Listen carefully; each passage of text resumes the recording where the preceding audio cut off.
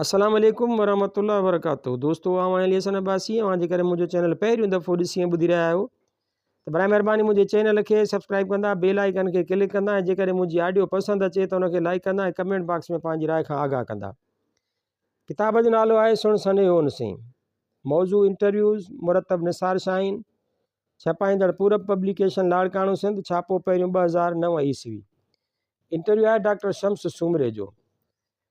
Doctor Shams सूमरे जी पैदाश दादूअ में थी। सिंधी अदब में खेसि शाइर, अफ़साना निगार ऐं नक़ाद जे हैसियत सां सुञातो वञे थो। हू हमागीर शख़्सियत जो मालिक हो। प्रोफेशनल ख़िदमतुनि सां गॾु मुख़्तलिफ़ अदबी तोड़े फ़िक्री तंज़ीमुनि सां संदसि ताल्लुक़ रहियो आहे ऐं उन्हनि में निमाया ख़िदमतूं सर अंजाम ॾिनाई।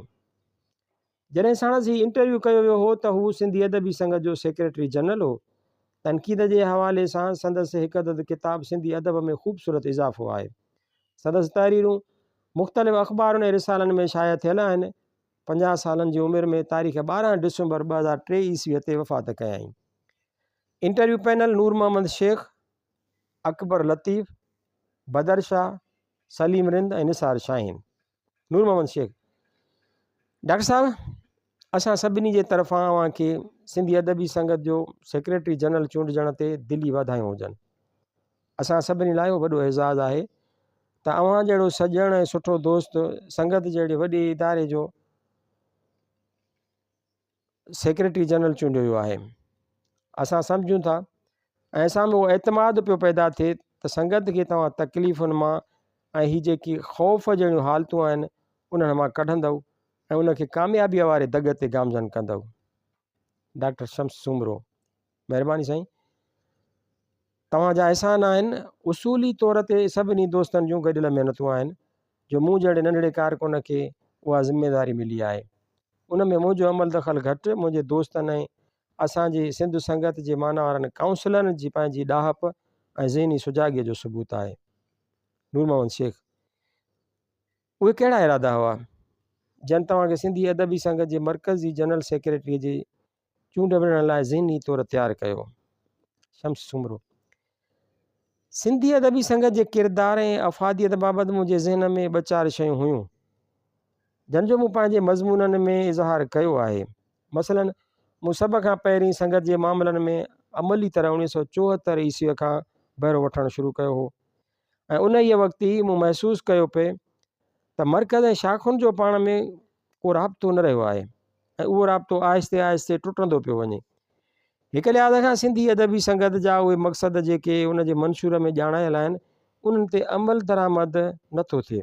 सिंधी अदबी संघ जो पधरनामो जेको संगत जे आइन जो हिकु हिसो आहे उन में मक़सद जेके ॼाणायल आहिनि उन्हनि मक़सदनि मां हिकिड़ो मक़सदु उहो हो त सिंधी अदबी संगत में जेके अदीब आहिनि उन्हनि जो पाण में हिकु त घाटो सुबंध पैदा थिए, पर अहिड़ो सुबंध पैदा थियण बदिरां आहिस्ते आहिस्ते उन्हनि में पोलराइज़ेशन वधंदी पई वई।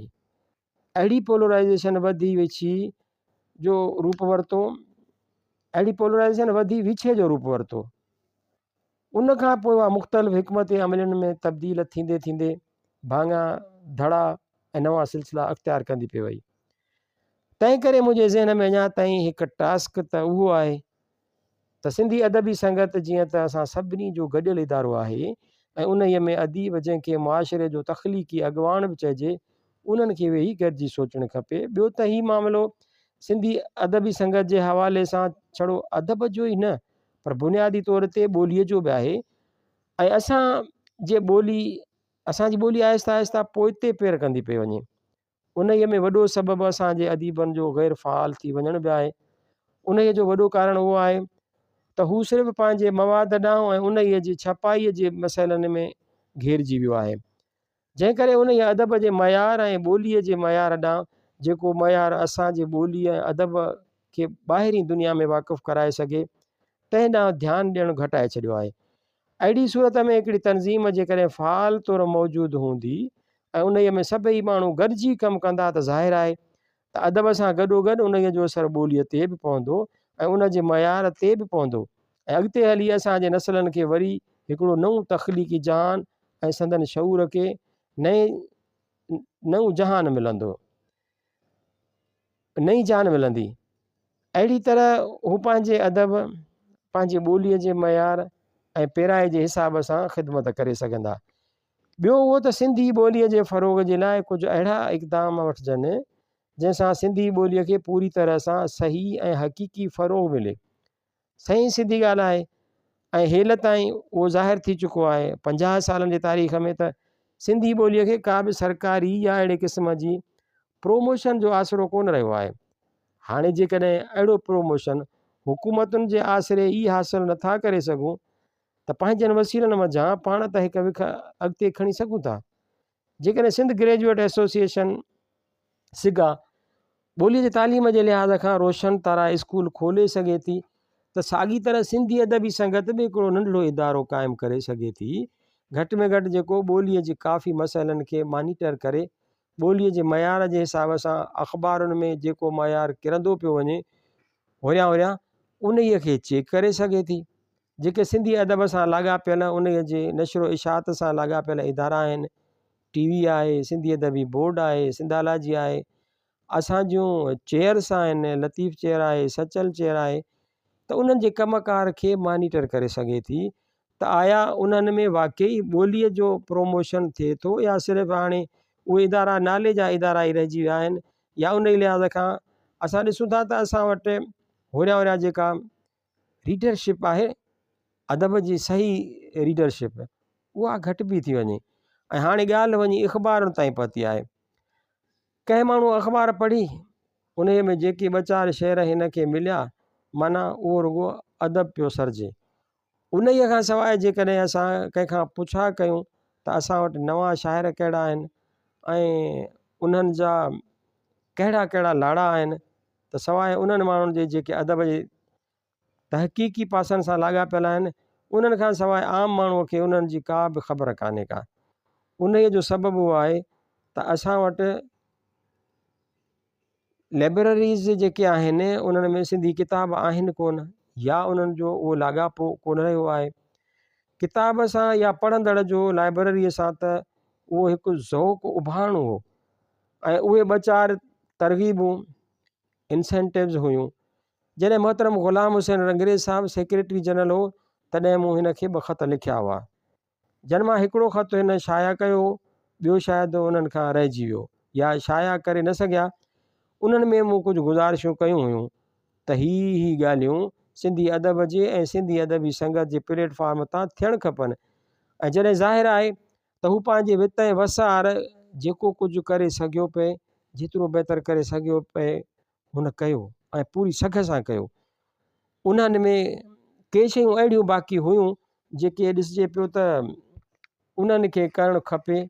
मूं रज़ाकाराना तौर ते उहा पंहिंजी ज़िमेवारी सम्झी त सिर्फ़ु लिखणु काफ़ी न आहे पर उन ई अमल में दाख़िल थियणु वधीक बहितरु आहे। जीअं ख़ुदि पाण खे अंदाज़ो थिए त जेके शयूं असां पाण करे सघूं था उन्हनि जे थियण जो या उन्हनि खे इम्प्लीमेंट करण जा असांखे कहिड़ा ज़रिया आहिनि या कीअं करे सघिजे थो, उन्हनि जे लाइ बहितरु आहे। छो त उहा मूं हिकिड़ी शख़्स जी टास्क कान्हे का या सिर्फ़ु हिकु शख़्स जे वस जी ॻाल्हि कान्हे का, पर सॼी क़ौम जी घुर ऐं ज़रूरत आहे। हींअर बि जेकॾहिं आउं सेक्रेटरी जनरल जी हैसियत सां वेठो आहियां त ईमानदारीअ सां उहो महसूसु करियां थो त जेसीं ताईं असां सभु गॾिजी पंहिंजे पंहिंजे हिसे जो कमु न कंदासीं तेसीं मसइलनि ऐं तकलीफ़ुनि खे हिकु तरफ़ी ट्रैफ़िक जो दॿाउ असां त मुसलसल रहंदो। मुमकिन आहे त तारीख़ जे ऊंदाहनि दौरनि जियां असीं ॿोली ऐं अदब जे तरक़ीअ जे उन ई कड़ीअ खे जोड़े न सघूं जेका असांजे इर्तिका जे सफ़र में असांजे विच रस्ते ते ई गुमनाम करे छॾे।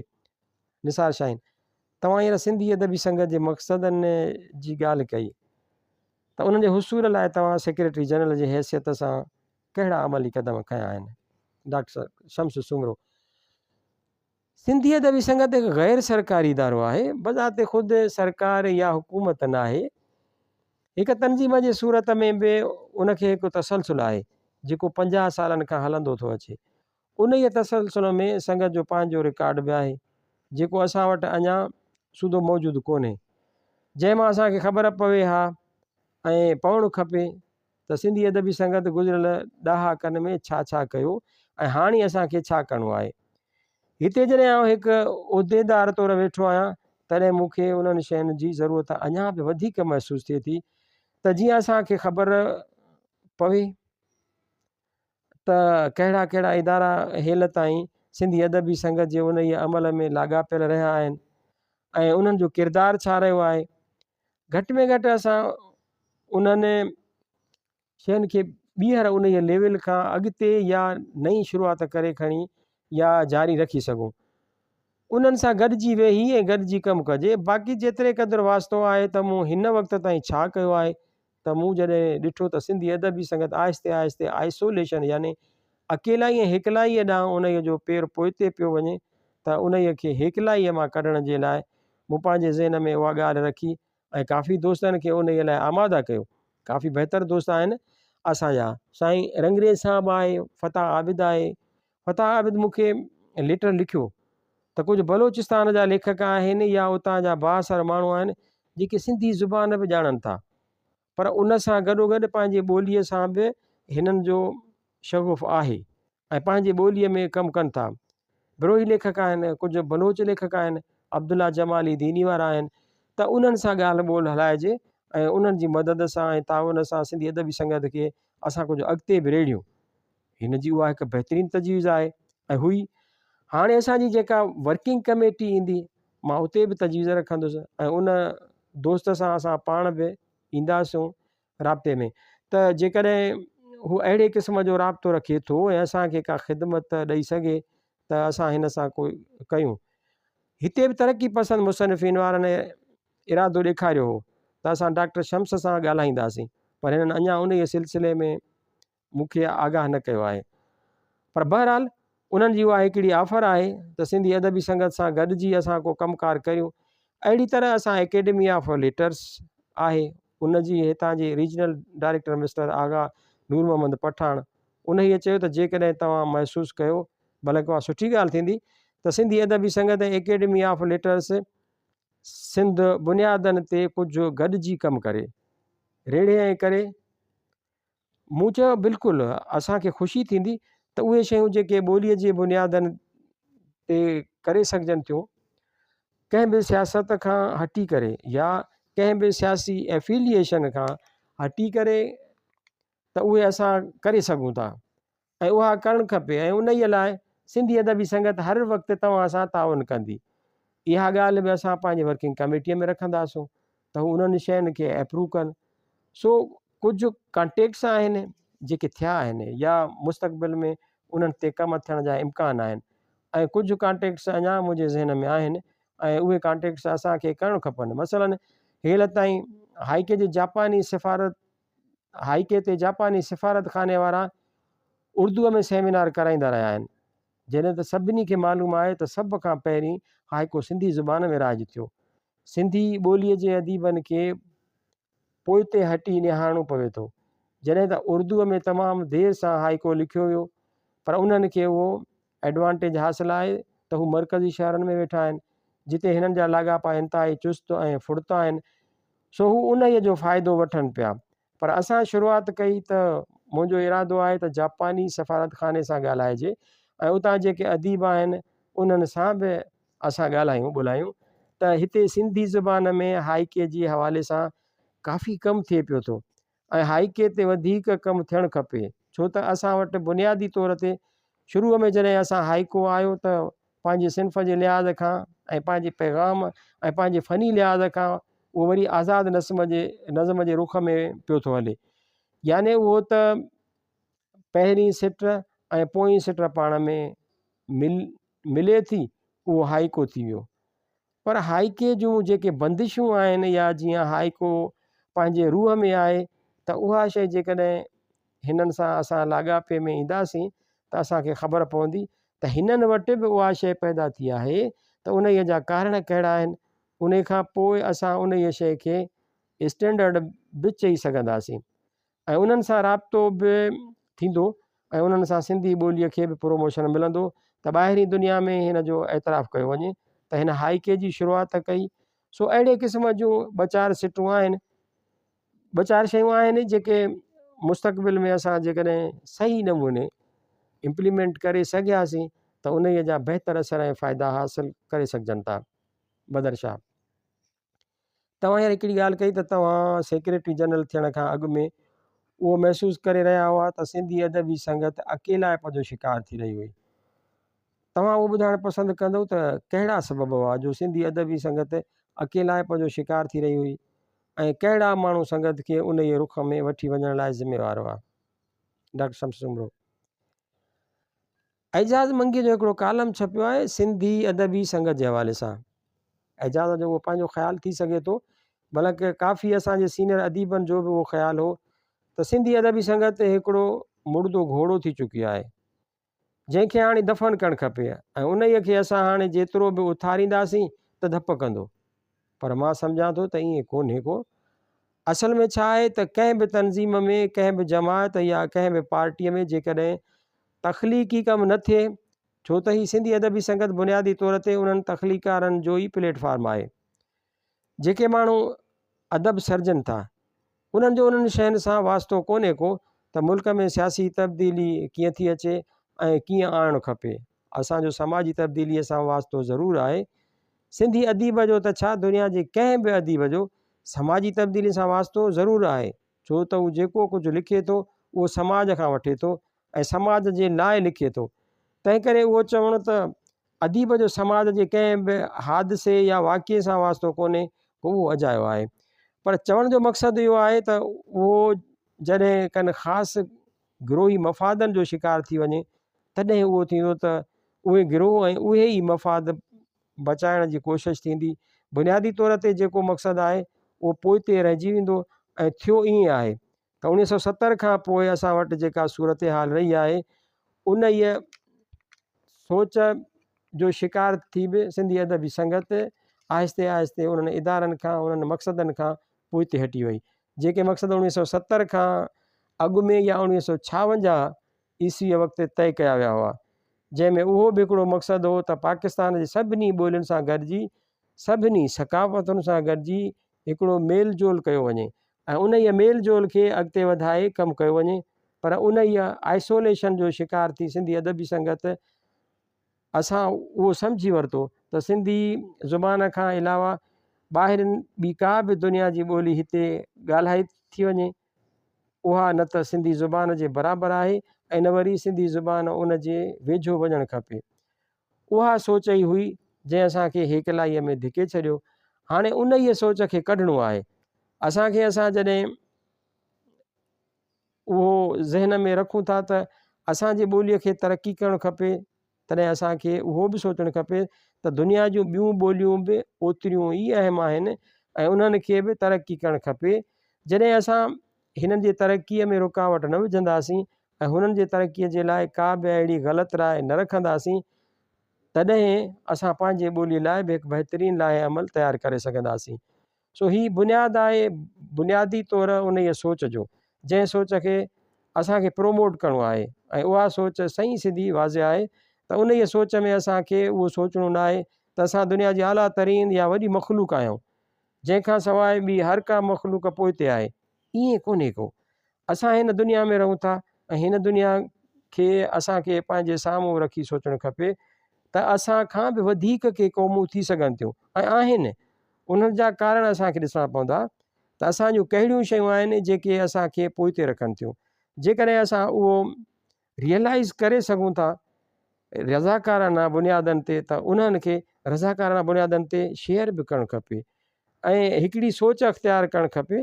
ऐं तव्हांखे अञा बि वाज़े करे ॿुधायां त का बि ज़ुबान फाशिस्ट या इस्तेहसाली न थींदी आहे, पर उन जा ॻाल्हाईंदड़ ऐं लिखंदड़ फाशिस्ट, रियलिस्ट, तरक़ी पसंद या इस्तेहसाली थींदा आहिनि। असां सिंधी ज़ुबान लाइ अहिड़ी कंहिं बि सोच ख़िलाफ़ु मज़ाहिमत कंदा रहिया आहियूं ऐं मुस्तक़बिल में बि कंदा रहंदासीं, जंहिंजो मक़सदु ऐं रुख़ सिंधी ज़ुबान ऐं उन जे ॻाल्हाईंदड़नि ऐं लिखंदड़नि जो इस्तेहसाल थींदो हूंदो। उहो सवाल असां सिंधी अदबी संगत में क़ौमी प्लेटफॉर्म तां पूरी सघ सां खयो आहे। निसार शाहीन। मौजूदा वक़्त में सिंधी अदबी संगत में जेको बहरान पैदा थियो आहे ऐं ॻाल्हि वधी वञी अदबी अदालतुनि ऐं जिरगनि ताईं पहुती आहे त तव्हां उन जे बहरान खे कीअं था ॾिसो ऐं उन जे बारे में कहिड़ी राय रखो था? डॉक्टर शम्स। अॼु जेकॾहिं तव्हां अख़बार पढ़ी आहे त उहा ख़ुशीअ जहिड़ी ॻाल्हि आहे त असांजे दोस्तनि खे पंहिंजी ग़लतीअ जो न सिर्फ़ु उहो त अहसासु थियो आहे।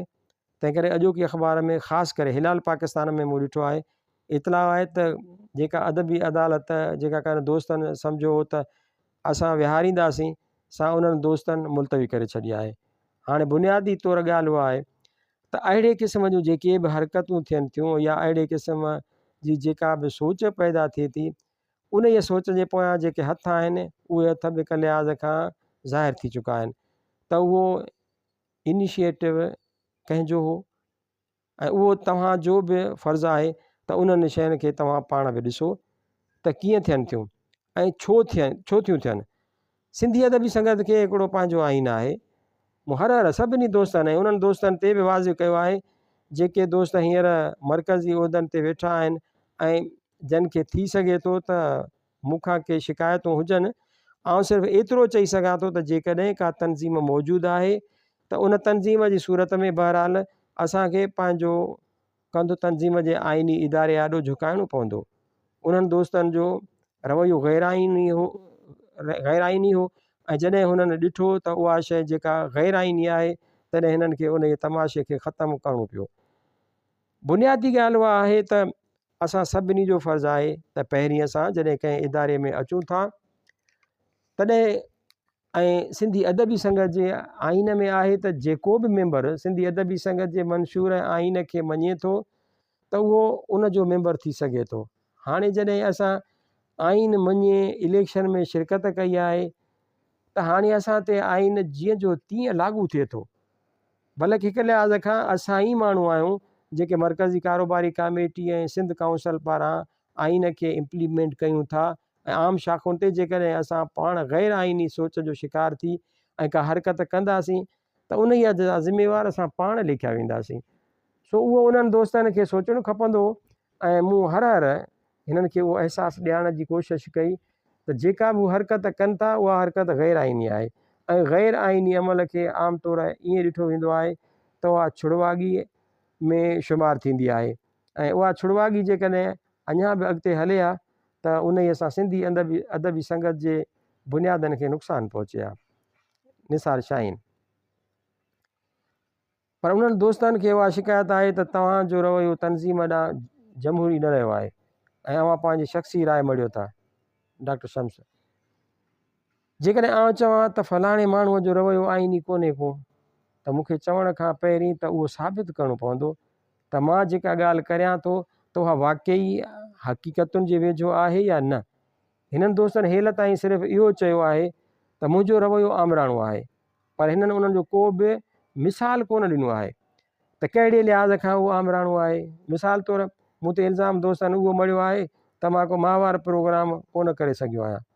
उन खां अॻु अदल सूमरे जे ज़माने में गैर रस्मी रिवायत पैदा थी हुई त हर महीने मरकज़ी उहिदेदार जेके ऑडिटर ख़ज़ानची जॉइंट सेक्रेटरी ऐं सेक्रेटरी पाण में मिली वेंदा हुआ, पाण में गॾिजी हिकु लाहे अमल तइ कंदा हुआ, पोइ वरी कोशिशि कंदा हुआ त उनखे जीअं जो तीअं स्पिरिट खे बरक़रार रखियो वञे त जीअं हिननि में विछा पैदा न थियनि।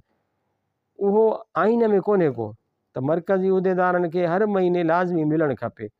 मरकज़ी उहिदेदारनि जो हर महीने मिलणु या हर महीने मिली वेही कमु करणु आइन जे कंहिं बि जुज़े या भाङे में कोन्हे को ऐं आइन असांखे मजबूर कोन थो करे छो त असां जेका शइ करियूं था उहा असांखे मुकमिल करे अल्टीमेटली खणी वञणी आहे। मसलन हिननि 4 महीननि या 6 महीननि अंदरि जेको कुझु असांजे ॿियनि दोस्तनि कयो या जेको कुझु मूं कयो उहो सभु मूंखे ख़ज़ानचीअ खे हिकु रिपोर्ट जी सूरत में पंहिंजे वर्किंग कमेटी ॾाढो पेश करिणो आहे त ही कम असां कया आहिनि।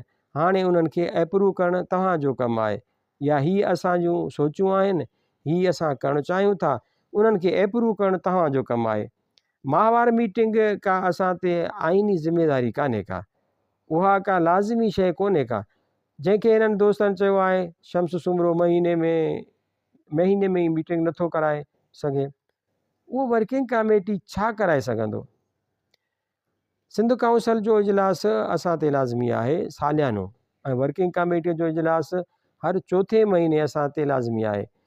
पोइ कनि सबबनि जे करे उहो बि आहे त जेकॾहिं का शइ पंहिंजे वक़्तु अंदरि नथी थी सघे त उहा कुझु वक़्त जी विथीअ खां पोइ बि थी सघे थी। बहरहाल जेका शइ लाज़मी आहे उनखे करिणो आहे। त हाणे सोच उहा अचे थी मूंखे ज़हन में त जेका शइ मूं ते लाज़मी ई कान्हे का त उन ई शइ खे मां उन ई लिहाज़ खां छो करियां त जेका हरू भरू उन्हनि विषयनि खे वधाए। अकबर लतीफ़। रिवायती तौरु हर जनरल सेक्रेटरी हर महीने गरजाणी कराईंदो रहियो आहे, पर तव्हांजी राह में कहिड़ियूं रुकावटूं हुयूं जो तव्हां उहा गरजाणी न कराए सघिया? डॉक्टर शम्स सुमरो। मूं उन खे हाणे चिटी तरह सां वाज़े कयो आहे ऐं मूं तव्हांखे उहो ॿुधायो आहे त उहा रिवायत सिर्फ़ु अदल जे ज़माने में पई हुई। उन में बि उहो हो त उहा मर्कज़ी सेक्रेटरी कोन कराईंदो हो। हर उहिदेदार महीने महीने में पाण वटि दोस्तनि खे गॾु कंदो हो त उते पाण में वेही करे सलाह मशवरा कनि। ईअं कोन हो त का उहा आइनी ज़िमेदारी हुई। पहिरीं ॻाल्हि। ॿी ॻाल्हि उहा त मूं तव्हांखे ॿुधायो त उहा गरजाणी असां कराई हुई हिते ई मुंहिंजी क्लिनिक ते 17 जून ते असां उहा गरजाणी कई हुई।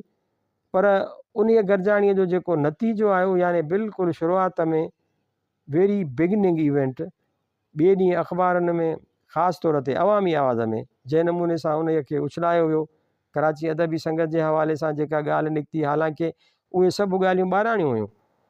असां जॾहिं 4 ॼणा गॾिजी वेठासीं त उहो सभिनी दोस्तनि जो फ़र्ज़ु हो त जेके शयूं जेकॾहिं मूं ग़लति कयूं हुयूं फ़र्ज़ु कयो त उहे दोस्त मूंखां पुछा कनि हा त तव्हां ईअं छो कयो आहे। अचो वियो वरी उन ते ॻाल्हायूं था। चवण जो मक़सदु उन सॼी गुडविल खे हिननि क्रेश कयो ऐं उन बहितरी ऐं भाईचारे वारे अमल खे ग़लति राह में वठी वञण जी कोशिशि कई। बल्कि उन हद ताईं दोस्तनि मूंखे चयो त तूं पंहिंजी संगत हलाए, असां पंहिंजी संगत धार था हलायूं। उन वक़्तु ई उन्हनि मूंखे उहा धमकी ॾिनी हुई ऐं मूं उन सॼे ख़तरे खे महसूसु कंदे त ही उन शइ खे धड़ेबंदीअ ॾांहुं वठी वञणु चाहिनि था। उन धड़ेबंदीअ खे ख़तमु करण लाइ मूं वटि ज़रूरी हो त मां उन सॼे प्रोसेस जेको मूं ते हरू भरू इम्पोज़ कयो वञे, मां न उन राय जो आहियां ऐं न उन अमल में शरीक आहियां त मां पंहिंजे मफ़ादनि में या पंहिंजे उहिदे जे बचाइण लाइ सिंधी अदबी संगत खे धड़नि में विरायां। बदरशाह। तव्हां हींअर सिंधी अदबी संगत शाख कराचीअ जी ॻाल्हि कई त संगत में जाली मेंबरशिप कई वई हुई ऐं आइन में बि उहा गुंजाइश मौजूदु आहे त हर अदब दोस्त संगत जो मेंबर थी सघे थो। ॻाल्हि खे थोरो पोइ ते वठी वञिजे त जॾहिं अदल सूमरे वारनि जी मर्कज़ी इलेक्शन पई थी त उते वलीराम वल्लभ हिकिड़ो पेपर पढ़ियो जंहिंमें हिन तजवीज़ ॾिनी हुई त संगत जो मेंबर हर माण्हू थी सघे थो, पर वोट जो हक़ उन खे हुअणु घुरिजे जेको अदीब हुजे।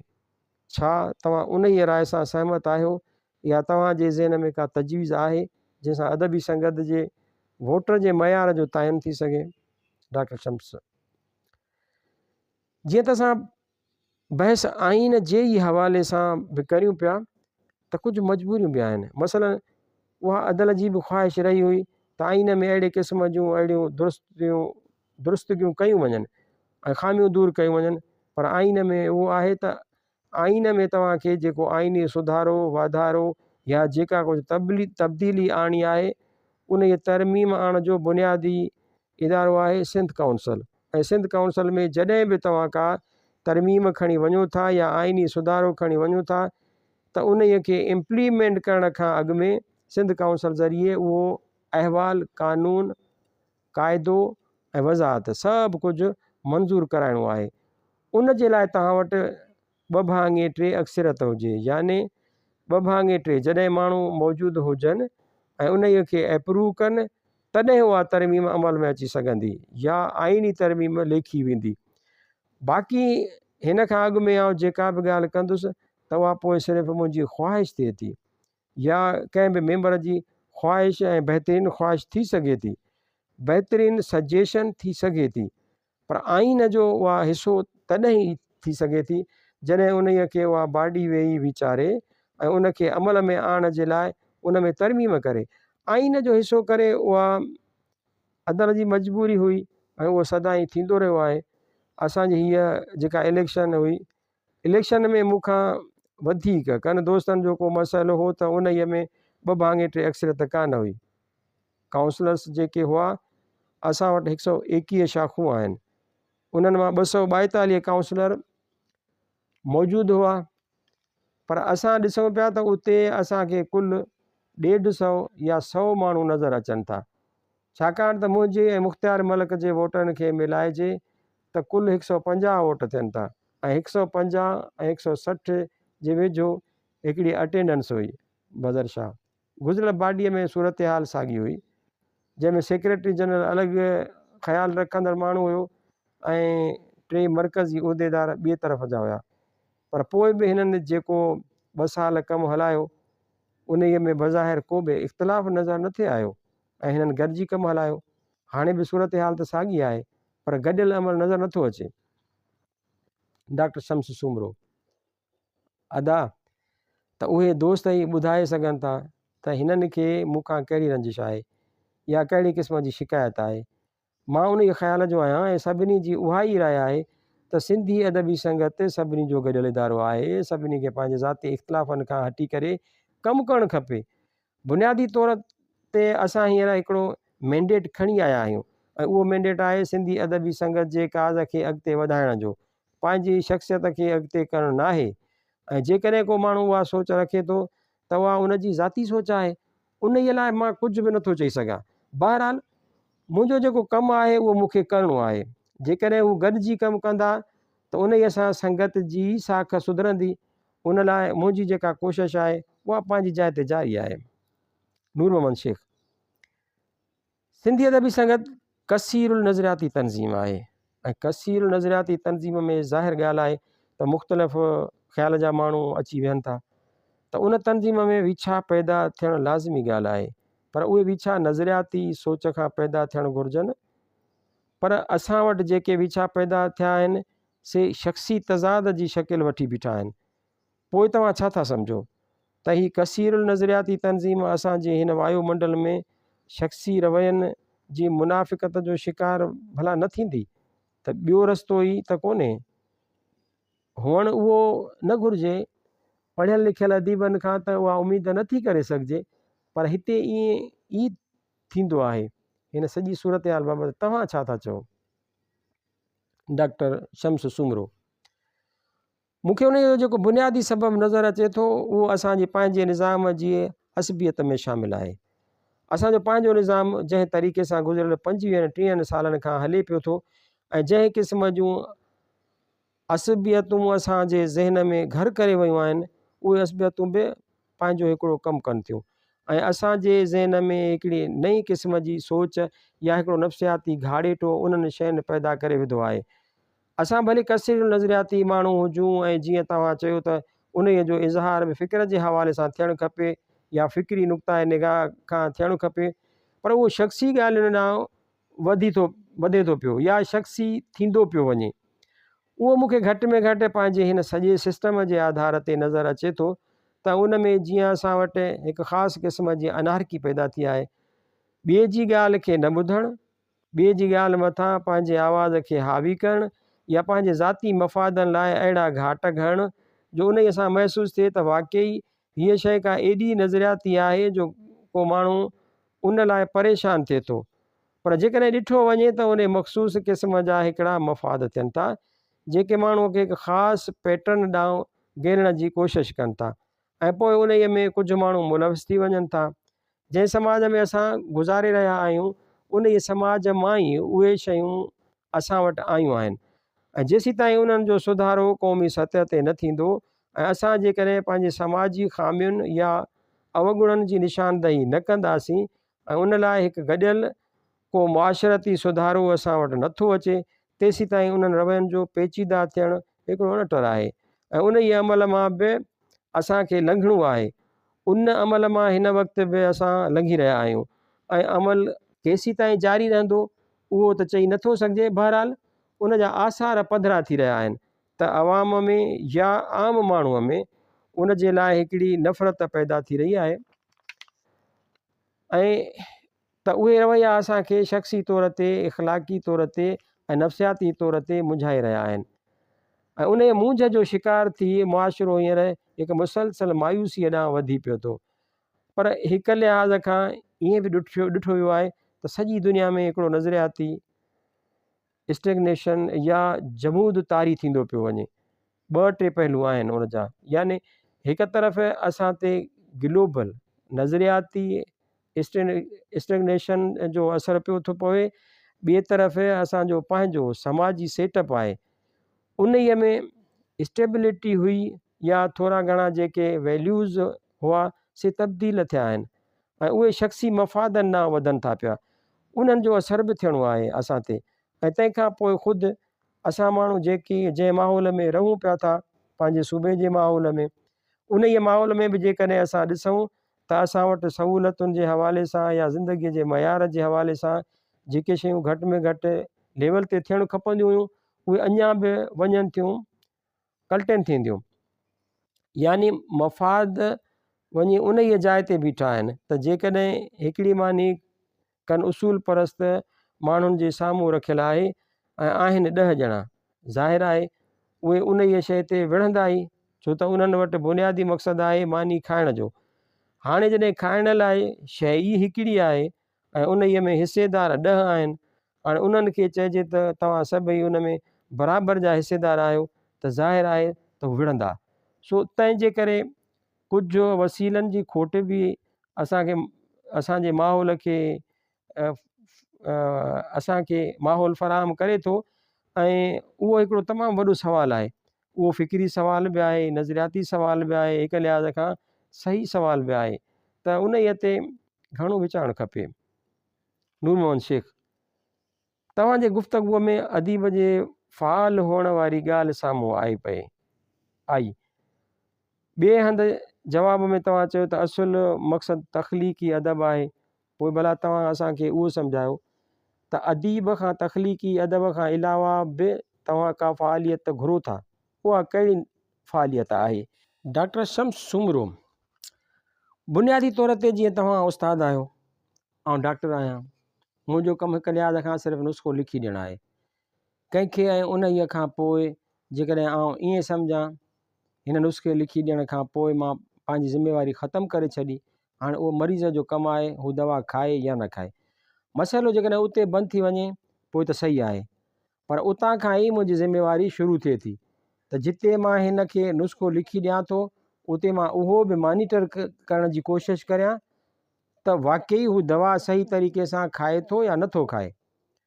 अदीब उन ई ॻाल्हि खां चवणु त सिर्फ़ु तख़लीक़ कंदो रहे, तख़लीक़ हू कंहिंजे लाइ करे थो? बुनियादी ॻाल्हि आहे त हू पंहिंजे पेट लाइ बि करे थो ऐं जॾहिं हू का तनज़ीम ठाहे थो त तॾहिं खां उन में फ़ाल हुजणु उन लाइ लाज़मी हिसो आहे हिन जी ज़िंदगीअ जो या हिन जी किरत जो या हिन जी पेशावराना मजबूरियुनि जो। उते फ़ालियत असां उन ई माना में वठूं था त अदीब जॾहिं हू लिखे थो त वाक़ई हू अदीब आहे, पर जॾहिं हू हिकु तनज़ीम ठाहे थो त तनज़ीम जेके उसूल थियनि था उन्हनि उसूलनि खे प्रोमोट करण जे लाइ, ॿोलीअ खे प्रोमोट करण जे लाइ हिन खे पंहिंजो किरदारु अदा करणु खपे ऐं उन ई में ई हिन जी फ़ालियत आहे। मां उन ई खे उन माना में वठां थो त उन ई सिलसिले में हू न सिर्फ़ु फ़ाल थिए पर कमु करे। बुनियादी तौर ते जेकॾहिं हू कमु कंदो तॾहिं उहा शइ असांजे साम्हूं ईंदी। सिर्फ़ु हिकु तख़लीक़ आहे, मूं हिकिड़ो शेर लिखी छॾियो, उहो पंहिंजी मुठ में रखी छॾियो त उन ई जो इब्लाग न थी सघियो। मां हिकु लिहाज़ खां शेर लिखण खां पोइ पब्लिशर ॾांहुं वञा थो, कंहिं एडिटर ॾांहुं वञा थो, उहा मुंहिंजी फ़ालियत आहे।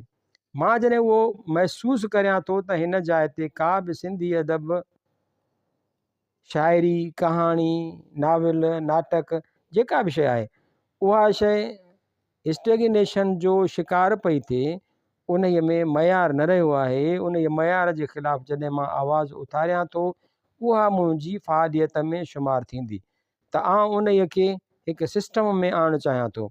जेसीं ताईं असां कंहिं शइ खे उन ई सिस्टम में, उन ई प्रॉस्पेक्टिव में न वठण जी कोशिशि कंदासीं, उहा सिर्फ़ु असां ताईं महदूद हूंदी, उन ई जो इब्लाग थी न सघंदो, उन जो प्रोमोशन न थी सघंदो।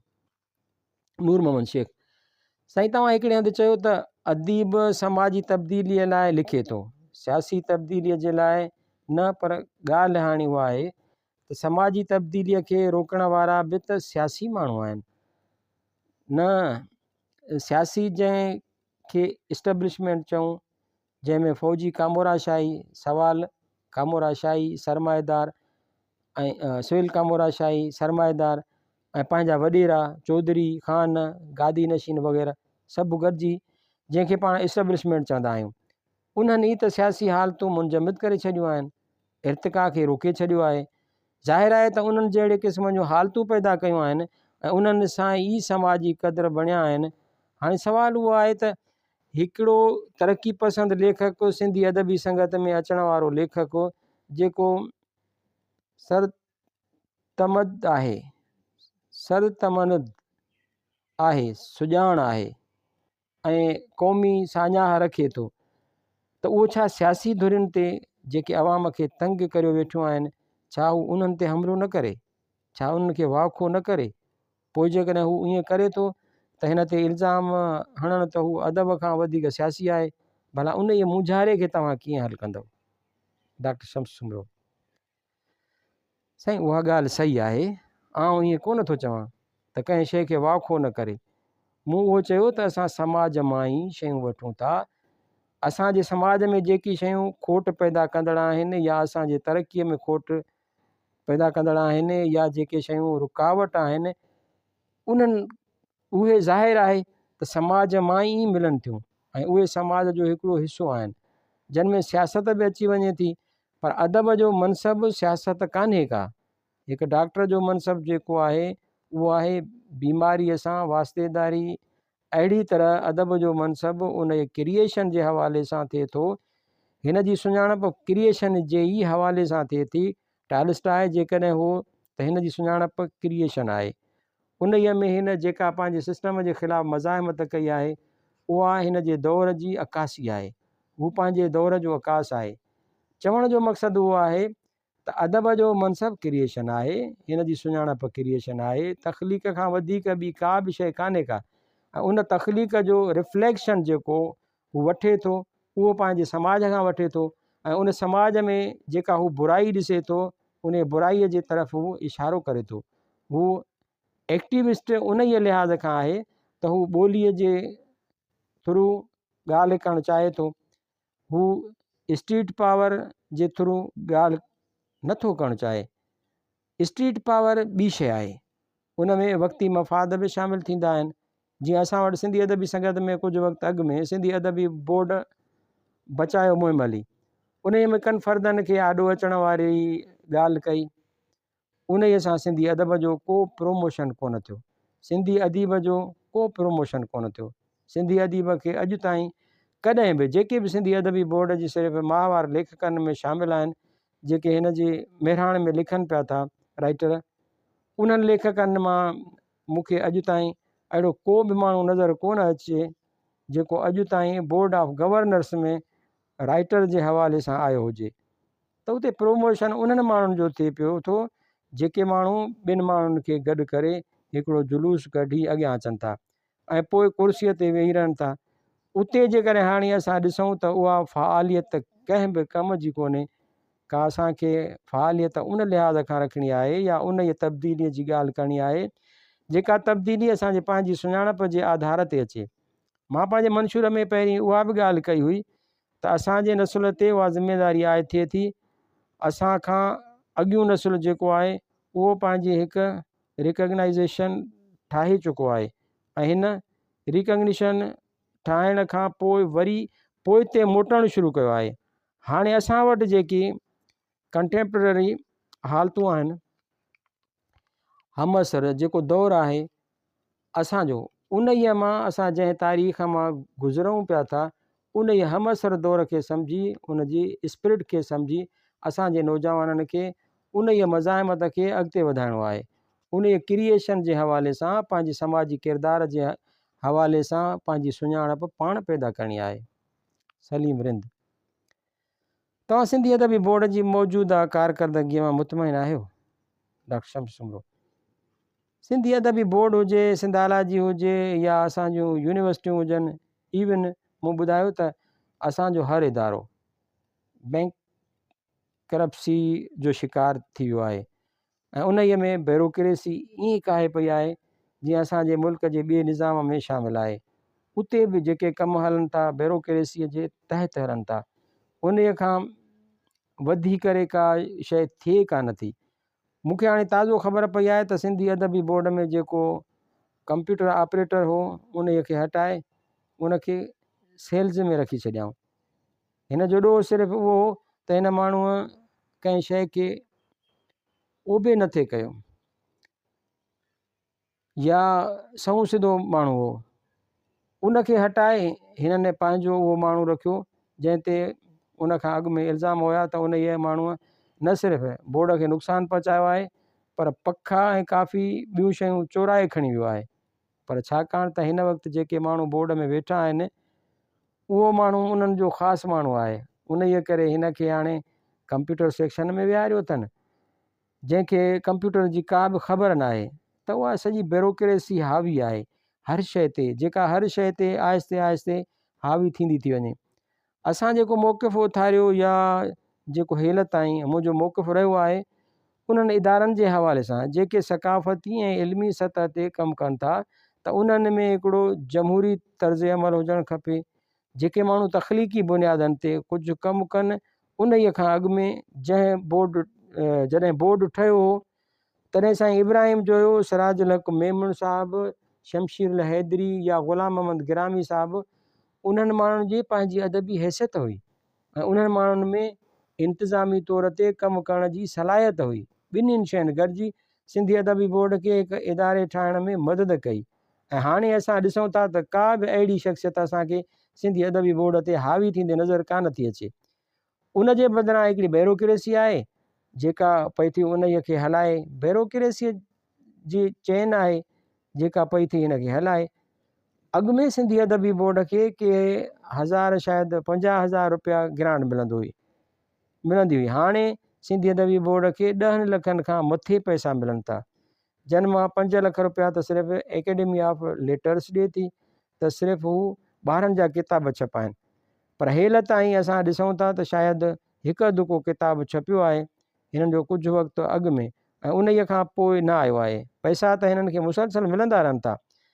जॾहिं हिननि खे 1000 मिलंदा हुआ तॾहिं उन मां असांखे लोक अदब सिलसिलो मिलियो, असांखे सिंधी डिक्शनरी मिली, ॾाढा सुठा प्रोजेक्ट्स मिलिया। पर हाणे जॾहिं हिननि वटि पंहिंजा लखे रुपया आहिनि ऐं बकौल असांजे शमशीर साहिब जे त उन जी कुझु बचति बि आहे, पर असां ॾिसूं था त एतिरे पैसे जे बावजूदि को सवाइ महिराण रिसाले निकिरण जे जेको बि 6 महीने निकिरे थो ऐं सवाइ गुलफुल रिसाले निकिरण जे ऐं सर्तियूं जेको शायदि हिननि जो औरतुनि लाइ आहे रिसालो निकिरण जे, बाक़ी को बि कमु असांजे साम्हूं कोन आयो आहे। त को किताबु छपियो हुजे, के नवां तर्जुमा थिया हुजनि, असांखां पुराणा जेके सुठा राइटर्स आहिनि, उस्ताद बुखारी आहे, शमशीर हैदरीअ जो कलाम आहे, बल्कि मेवा ख़ान मौज जे बारे में मूं ॿुधो हो त बोर्ड ऑफ गवर्नर्स छपाइण लाइ तयारु हुई ऐं हिननि जी लिस्ट ते बि मौजूदु हो, पर शमशीर जे पूरे अरसे दौरान उहो बि किताबु छपजी पधिरो थी कोन सघियो। अहिड़ा काफ़ी अदीब आहिनि जंहिंजो कलाम हिननि जी लिस्ट ते आहे, पर उन बैंक करप्सी जे करे शयूं पोइते रहिजी वियूं आहिनि। नूर मोहम्मद शेख साईं, तव्हां इंटरव्यू दौरान तंज़ीम जे कम ऐं उसूलनि जी ॻाल्हि आंदी, असांखे संगत जे हवाले सां ॿुधायो त तंज़ीम जे क़याम ऐं कम जा कहिड़ा उसूल हुअणु खपनि। डॉक्टर शम्स सुमरो, मूं हिन खां अॻु में हिकिड़ो मज़मून सिंधी अदबी संगत जे हवाले सां लिखियो। असल में छा हूंदो आहे त सोसाइटी जॾहिं बि हिकु ख़ासि शकिल अख़्तियार कंदी आहे, जॾहिं बि हिन जा पेर तरक़ीअ ॾांहुं वधण जी कोशिशि कंदा आहिनि, तॾहिं नंढा नंढा इदारा जुड़ंदा आहिनि।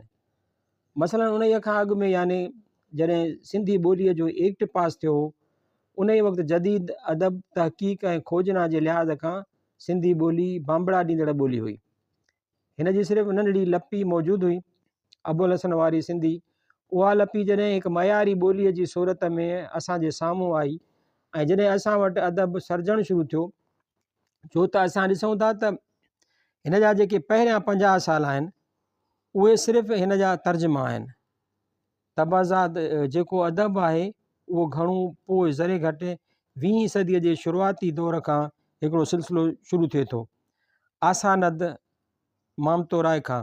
त उन ई वक़्तु बि असां ॾिसूं था त असांखे जीअं हींअर अख़बारूं इस्टेब्लिश पियूं थियनि, सिंधी अख़बार सनत ॾांहुं वधण जो पहिरियों पेर खयूं आहे।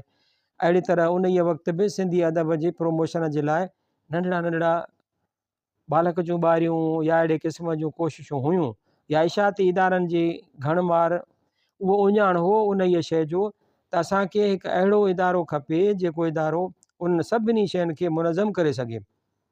तहरीक जॾहिं उथी कंहिं ख़ासि पैटर्न में उथी ऐं उनखे हिकिड़ो ख़ासि पैटर्न मिले थो, डिसिप्लिन में हलणु शुरू करे थी, तॾहिं हिकु इदारे जी ज़रूरत महसूसु थिए थी ऐं उहो इदारो ठही उन जे लाइ थो त उन में का बि छुड़वागी न रहे, उन में का बि अहिड़ी सोच न रहे त हीअ सिर्फ़ु मुंहिंजी आहे। जीअं तव्हां थोरो अॻु में मूंखे इंडिकेट कयो त हीअ हिकु घण तरफ़ी कोशिश हूंदी आहे, घणियूं शयूं पाण में मिली, घणा मफ़ाद पाण में मिली हिकु जाइ ते गॾिजी कंहिं हिकु बुनियादी नुक़्ते ते गॾु थींदा आहिनि ऐं उन ते बि उसूल ठाहींदा आहिनि। उहो उसूल उन्हनि जो मंशूर बि हूंदो आहे, उहो उसूल हिननि जो आइन बि हूंदो आहे। त जॾहिं का तंज़ीम ठहे थी तॾहिं उहा हू पंहिंजे आइन खे फॉलो करे थी, पंहिंजा इदारा ठाहे थी, पंहिंजा इदारा ठाहिण खां पोइ अञा उहा शइ सोसाइटीअ में फ़रोग़ ॾियण जे लाइ कमु करे थी। तंज़ीमुनि ठहण जो उहो उसूल थिए थो त जॾहिं हिकु सोच पैदा थिए, हिकु सोच पैदा थियण खां पोइ उहा सोच मुनज़म थिए, उन खे पंहिंजो वर्क फोर्स मिले, वर्क फोर्स मिलण खां पोइ उहा शइ इम्प्लीमेंटेशन जे लाइ सोसाइटीअ में अञा वधीक फ़रोग़ जे लाइ कमु करे। नूर मोहम्मद शेख पधरनामो त पाण सभिनी दोस्तनि पढ़ियो आहे सिंधी अदबी संगत जो, पर असांजे रिसाले जे पढ़ंदड़नि लाइ बि ऐं ख़ुदि असांजे सुध लाइ बि उहो ॿुधायो त असांजी सिंधी अदबी संगत जे पधरनामे जा मुख्य मक़सद कहिड़ा आहिनि। डॉक्टर शम्स सुमरो सिंधी अदबी संगत जो ही जेको पधरनामो हो, उहो पधरनामो घणो वर्ल्ड प्रोग्रेसिव राइटर्स जी जेका यूनियन हुई उन ई तां खयो वियो। उन में पैगाम बुनियादी तौर ते इंसान ज़ात सां लाॻापियल हुजणु या आफ़ाक़ी वैल्यूज़ खे हासिलु करणु, तंहिं करे असांजो पधरनामो उन ई शइ खे ज़ाहिर करे थो त असां सिंध जा अदीब ऐं शाइर, लेखक ऐं फ़नकार दुनिया जी सभिनी ॿोलियुनि खे, दुनिया जी सभिनी सकाफ़तुनि खे हिकु जेतिरो अहम सम्झूं था ऐं कंहिं बि सकाफ़त खे घटि नथा सम्झूं।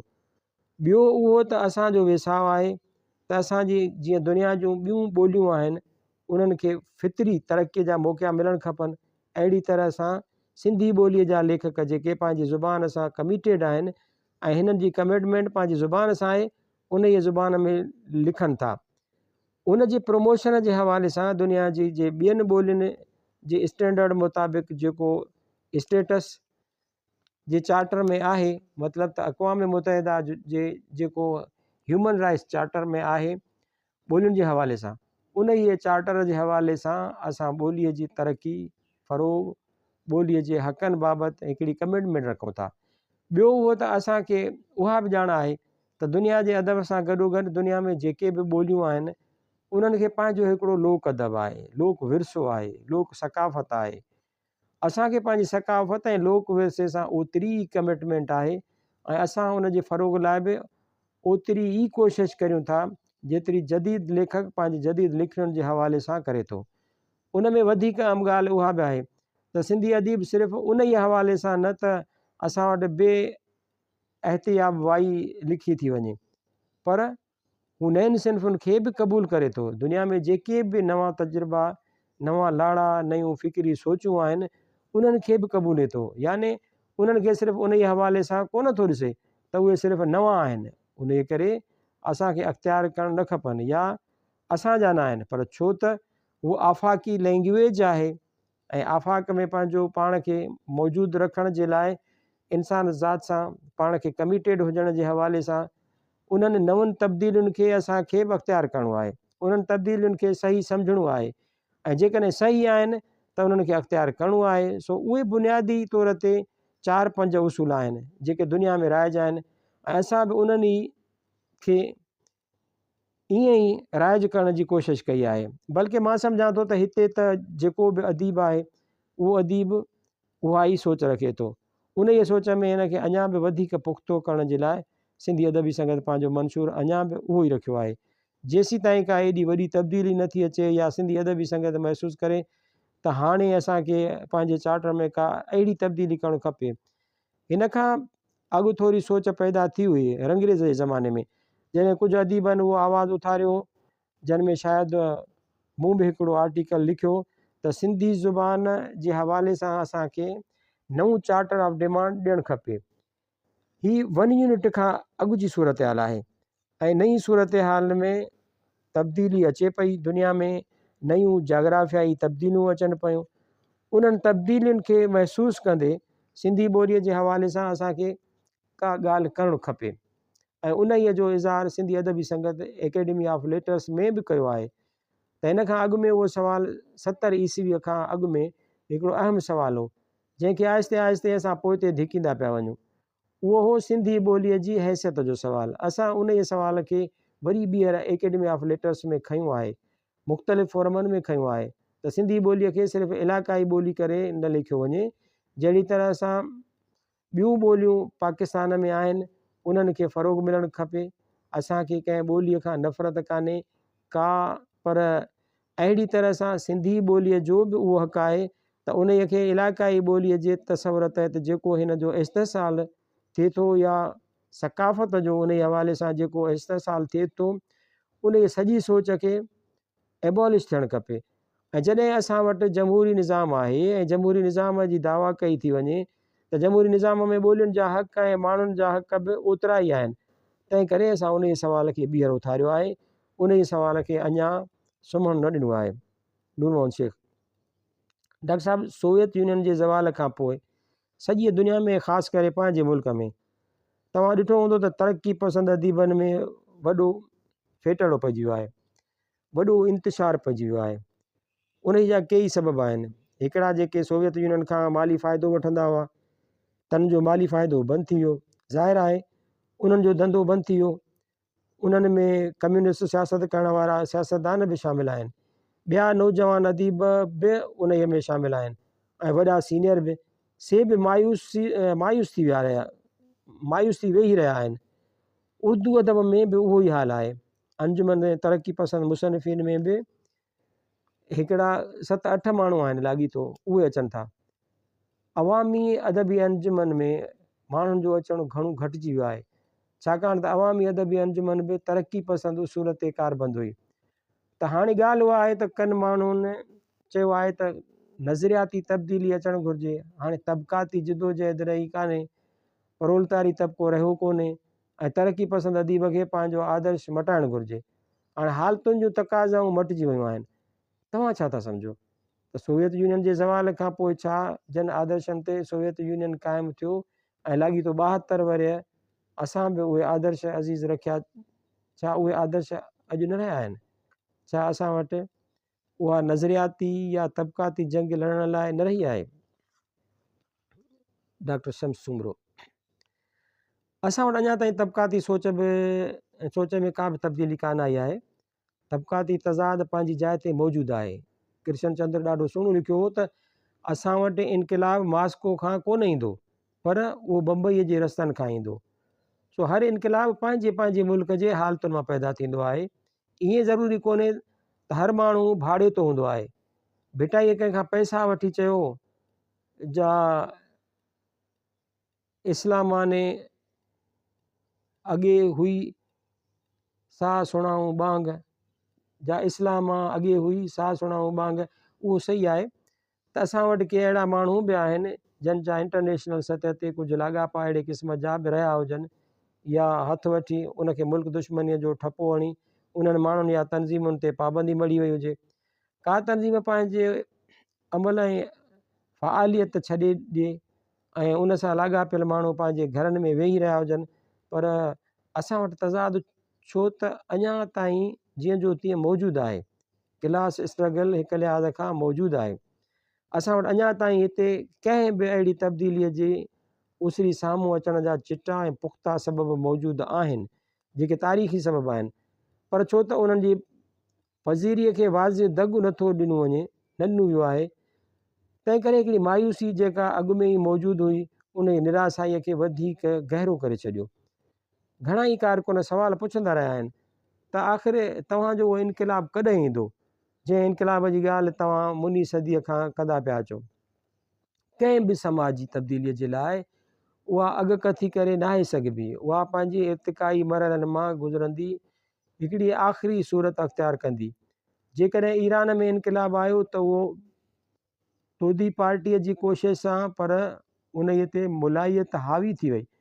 अहिड़ी तरह दुनिया में काफ़ी जाइनि ते अहिड़ा इनक़िलाब बि आया आहिनि जंहिंजी तयारी त घणे वक़्त खां हेठिएं विचोले तबिके कई आहे, पर उनजो खटियो मथे तबिके खाधो आहे। तंहिं करे इनक़िलाब या कंहिं बि समाजी तब्दीलीअ जी माहियत या उन जी कैफ़ियत तब्दील थींदी रहंदी आहे ऐं सोचूं बि असां सां गॾोगॾु तब्दील उन सां गॾु तब्दील थींदियूं रहंदियूं आहिनि।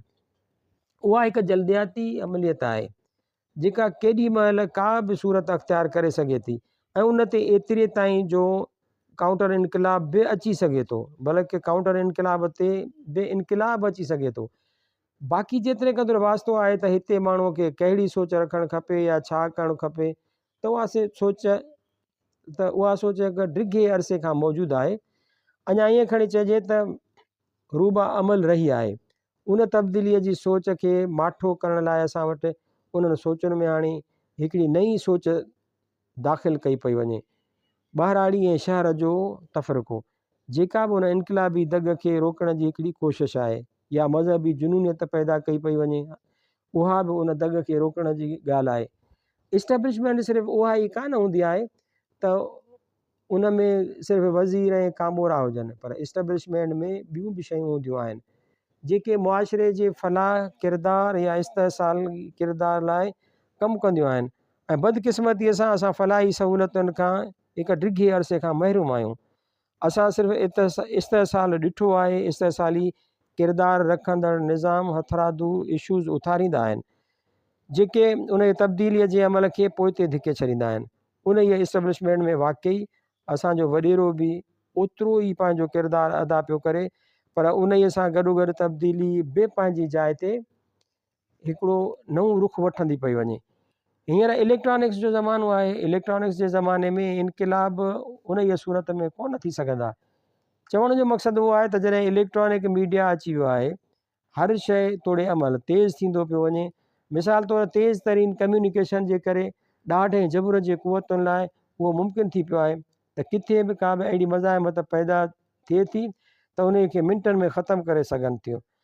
त ज़ाहिर आहे अहिड़ी मज़ामती कुवत में बि एतिरी फुर्ती हुजणु खपे या पैदा थियणु खपे या ईंदी जो उहा उन्हनि शयुनि खे आहिस्ते आहिस्ते काउंटर करे सघे।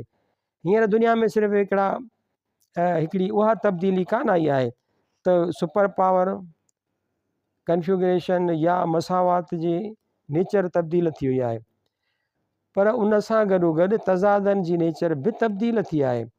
वापारी ऐं समाजी नाता उन्हनि में बि हिकिड़ी नई तब्दीली ईंदी पई वञे त उन्हनि तब्दीलियुनि जा असर वरी अॻिते हली हिकिड़े नए तज़ाद खे जनमु ॾींदा ऐं उन्हनि तज़ादनि जी जेका सूरत उभरंदी उहा असांखे बि साफ़ तौर ते ॿुधाए सघंदी त हीअ शइ छा थी सघे थी। बाक़ी जेकॾहिं कनि माण्हुनि जे लाइ उहो सोचियो वञे त छो त हीअ माण्हू अॻु में हीउ नारो हणंदा हुआ ऐं हाणे उन्हनि जो उहो नारो न रहियो आहे, त मूं उन जे करे अर्ज़ु थिए कयो त वक़्त सां गॾोगॾु नारनि जी माहियत ऐं माना तोड़े मफ़हूम बि तब्दील थी वेंदा आहिनि।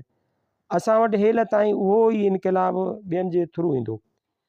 असां हेल ताईं कॾहिं बि उहो न सोचियो आहे त उहा शइ असांखे पाण खे पैदा करणी आहे ऐं जॾहिं उहा सोच असां मां पंहिंजो पाण मां पैदा थी तॾहिं उहो दॻु या मंज़िल असां खां एतिरो परे न हूंदी जंहिंजी इहे समाज तमन्ना रखे थो। सलीम रिंद डॉक्टर साहिबु, शेख अयाज़ साहिबु कुझु वक़्तु अॻु चयो हो त अदब सिर्फ़ु अदब आहे, अदब तरक़ी पसंदि या रुजत पसंदि न हूंदो आहे। उन जे बारे में अव्हांजो छा ख़्यालु आहे त अदब तरक़ी पसंदि या रुजत पसंदि हूंदो आहे या न? डॉक्टर शमसूमरो। शेख अयाज़ साहिब जा नज़रिया पंहिंजी जाइ ते घणा पुराणा रहिया आहिनि ऐं शेख अयाज़ उन्हनि जे सिलसिले में आइडेंटिकल रहियो आहे।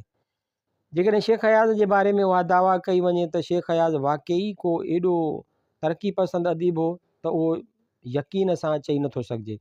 ऐं हूअं बि तरक़ी पसंदीअ जो हिकु जामिद मयार उहो बि ॼातो वियो आहे त जेकॾहिं को माण्हू अदीब या दानिश्वर हरू भरू सिर्फ़ु खाॿे धुर जो माण्हू आहे त उहा सोच बि ग़लति ॻाल्हि थी वेंदी। छो त तरक़ी पसंदीअ जो मतिलबु जीअं असां वटि वरितो वियो आहे उहो कनि हालतुनि में ज़ुबानी ऐं कलामी लाॻापे खे साम्हूं रखी वरितो वञे थो। असांजे वेझड़ी तारीख़ जो रिकॉर्ड शायदि आहे त हैदर बख़्श जतोईअ जे ख़िलाफ़ु असांजा केतिरा ई लीडर सरकारी ऑफिसुनि में फाइल भरे उमाणींदा हुआ। तरक़ी पसंदी कंहिं जाग्राफियाई या नस्ली ॻांढापे जो न पर नज़रियाती ऐं फ़िक्री रवैये जो नालो आहे जेके असांखे सॼी इंसान ज़ात खे कंहिं बि कटरपणे ऐं रुजत पसंदीअ खां छुटकारो ॾेई सघिया आहिनि। उहे ई तरक़ी पसंदि थी सघनि था। अदबी नुक़्ताए नज़र खां तरक़ी पसंदीअ खे बिन सादनि लफ़्ज़नि में ईअं बयानु करे सघिजे थो त अहिड़ो रवैयो फ़िक्र या ॾाहप जेका मुआशिरे खे जमूद मां कढी ज़िंदगीअ जी मुकमिल इज़हार तौरु मुतहरिक ऐं जटरादार रखी सघे, जंहिंमें कॾहिं अदीब खे मज़ाहमत बि करणी पवे थी त मज़ाहमत बि करे। दुनिया में हर मिंट खां पोइ हर हिकिड़ी तब्दीली अचे थी पई। दुनिया में नज़रिया तब्दील पिया थियनि, इक़्तिसादी बुनियादनि ते बि, साइंसी बुनियादनि ते बि ऐं समाजी बुनियादनि ते बि। सियासी बुनियादनि ते बि 5 मिंटनि खां पोइ ख़बर जी सुर्ख़ीअ सां गॾोगॾु ज़माने जी पंहिंजे ॾेख वेख में तब्दीली ईंदी थी वञे। जॾहिं तरक़ी ऐं तब्दीलीअ जी रफ़्तार एॾी तेज़ हुजे त उन ई तब्दीलीअ जो शिकार या हिसो असांखे बि थियणो आहे। असांजे समाज, अदब, सक़ाफ़त, रीतुनि, रस्मुनि, रवैयनि, ॿोलियुनि ऐं नज़रियनि खे बि थियणो आहे। तंहिं करे असां तोड़े दुनिया जूं मजमूई तौरु समाजी विथूं तब्दील थींदियूं, रेटिजी वेंदियूं या वरी रद्द कयूं वेंदियूं। फ़र्क़ु उहो आहे त हिकु असां शिकार विक्टम जी सूरत या तमाशबीन जी सूरत में असांजो वजूद ऐं बका सवाल या निशान थी वेंदो। जॾहिं त तब्दीलीअ जे अमल में उन जो मुहरिक ऐं हिसो थी बीहण सां असांजे वजूद खे जटरा मिलंदो। 2 दग आहिनि, उन्हनि मां कंहिं बि हिकु दग जो फ़ैसिलो करिणो आहे, तरक़ी या जमूद। बदरशाह ताज़ो कराचीअ में ही नई शाख खोली आहे, लयारी अदबी संगत।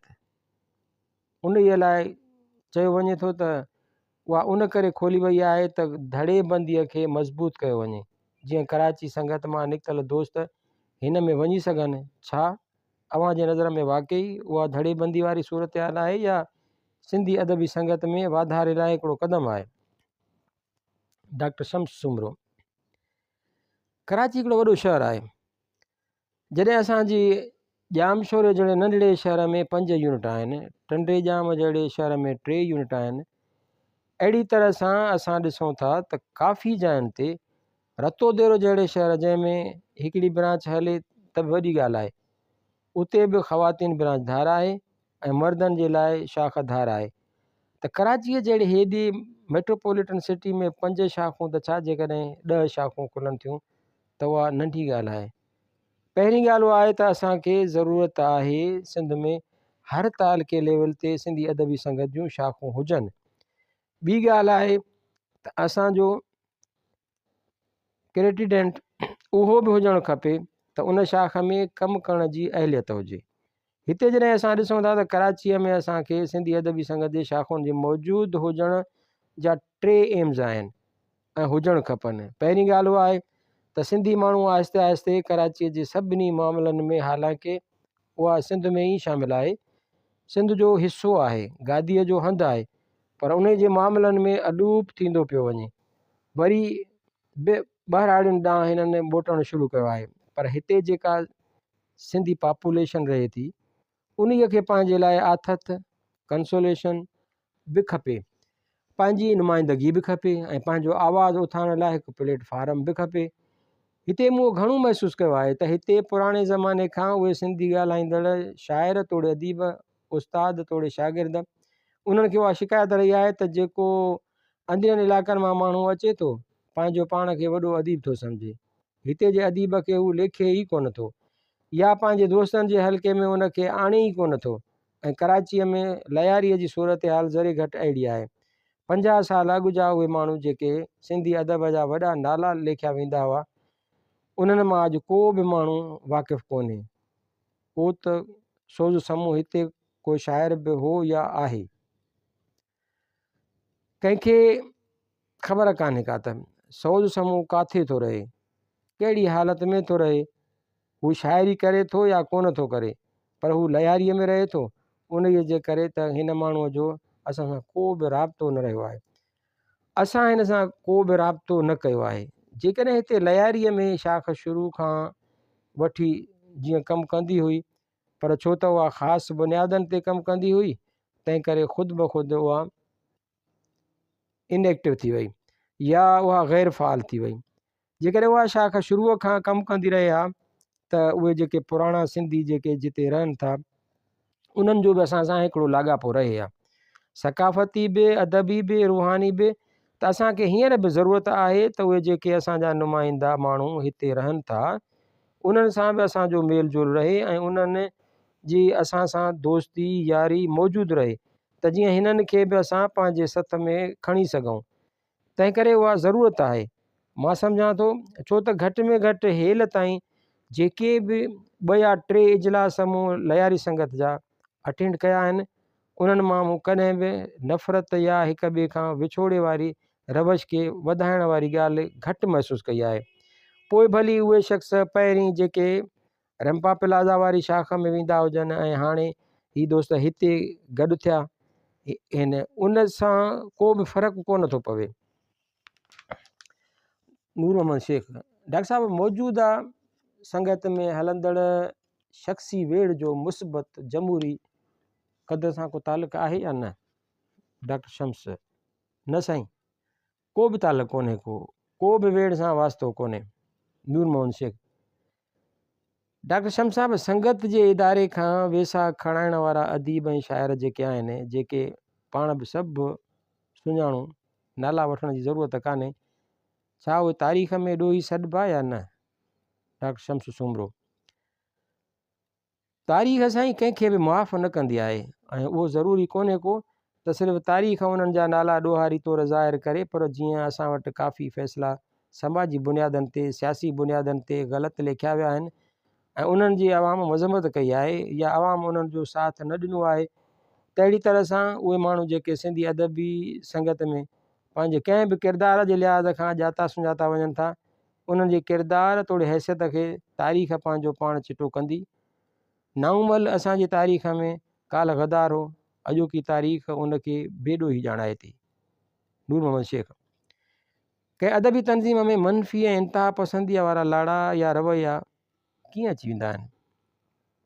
डॉक्टर शम्स सुमरो: साईं, उहो सवाल या मसइलो सिर्फ़ु अदबी तंज़ीमुनि लाइ या उन्हनि सां ई लाॻापियल न, पर हर तंज़ीम सां वास्तो रखे थो।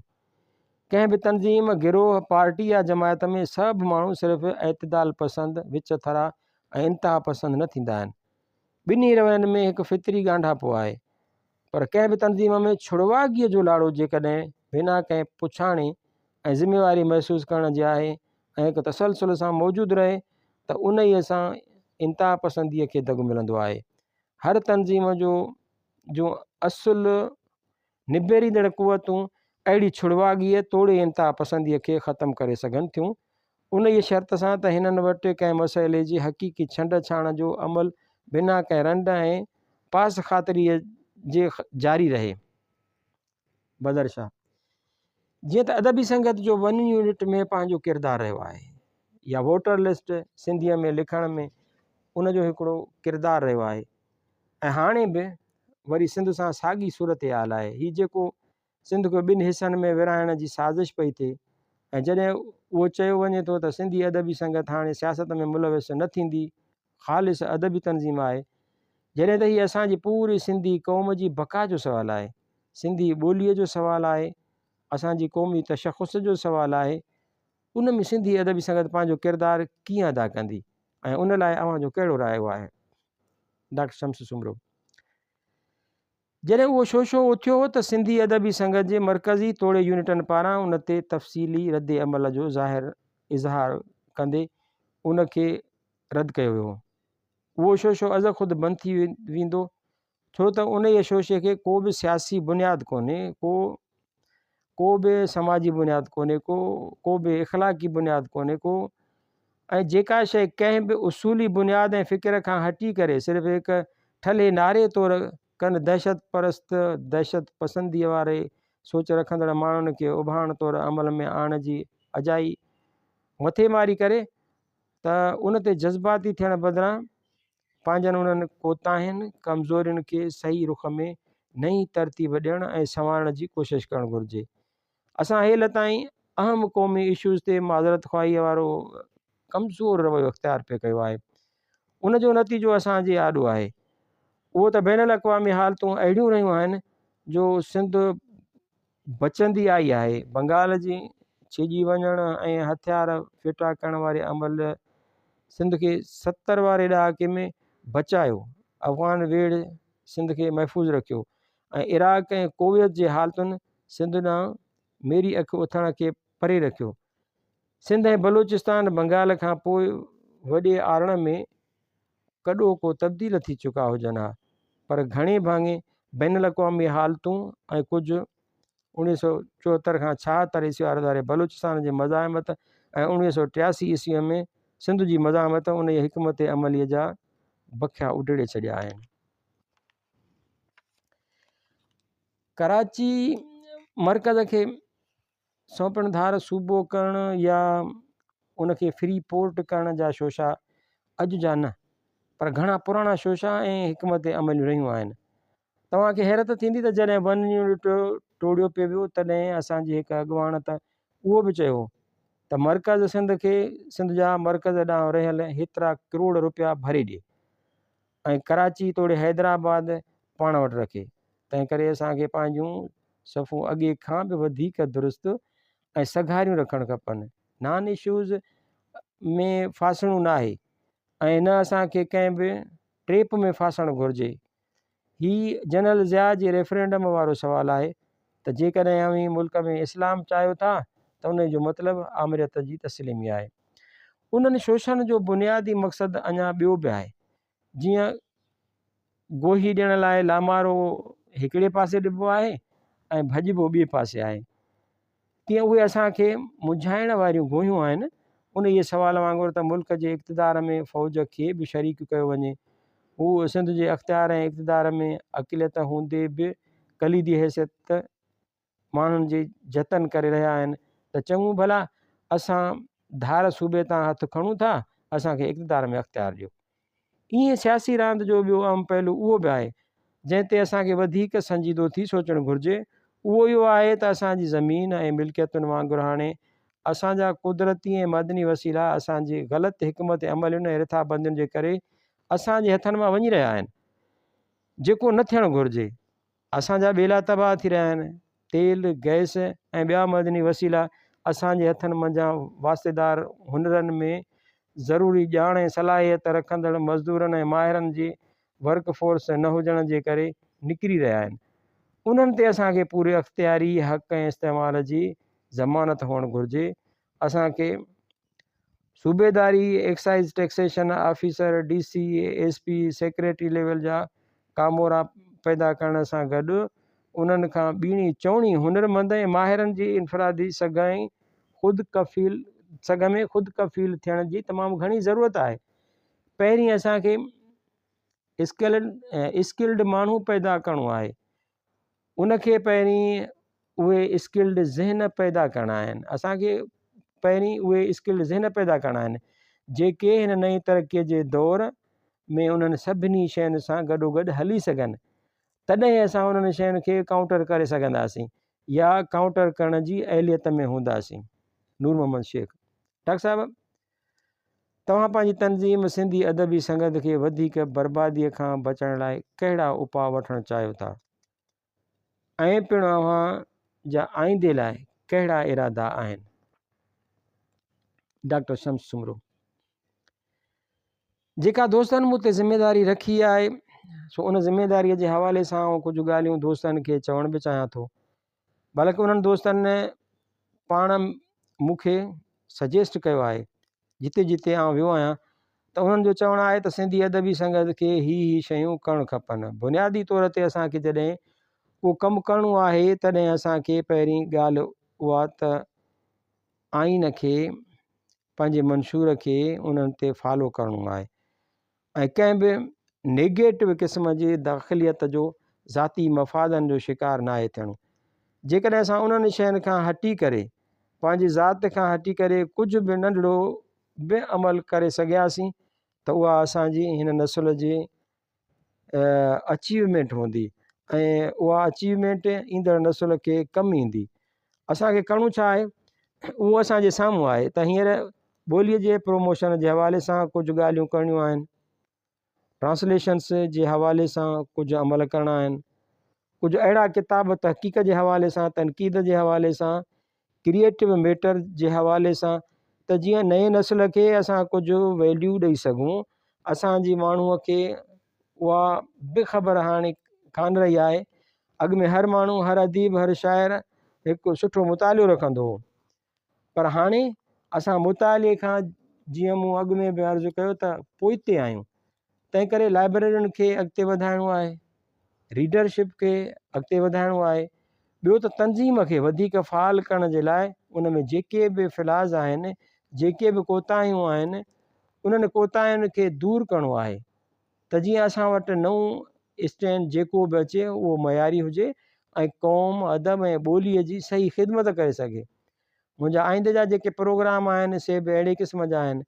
पहिरियों त जेको कुझु असां नंढे पैमाने ते कुझु लाइब्रेरियूं क़ाइमु करे सघूं ऐं रीडरशिप जे हवाले सां कुझु कमु करे सघूं। तंज़ीम में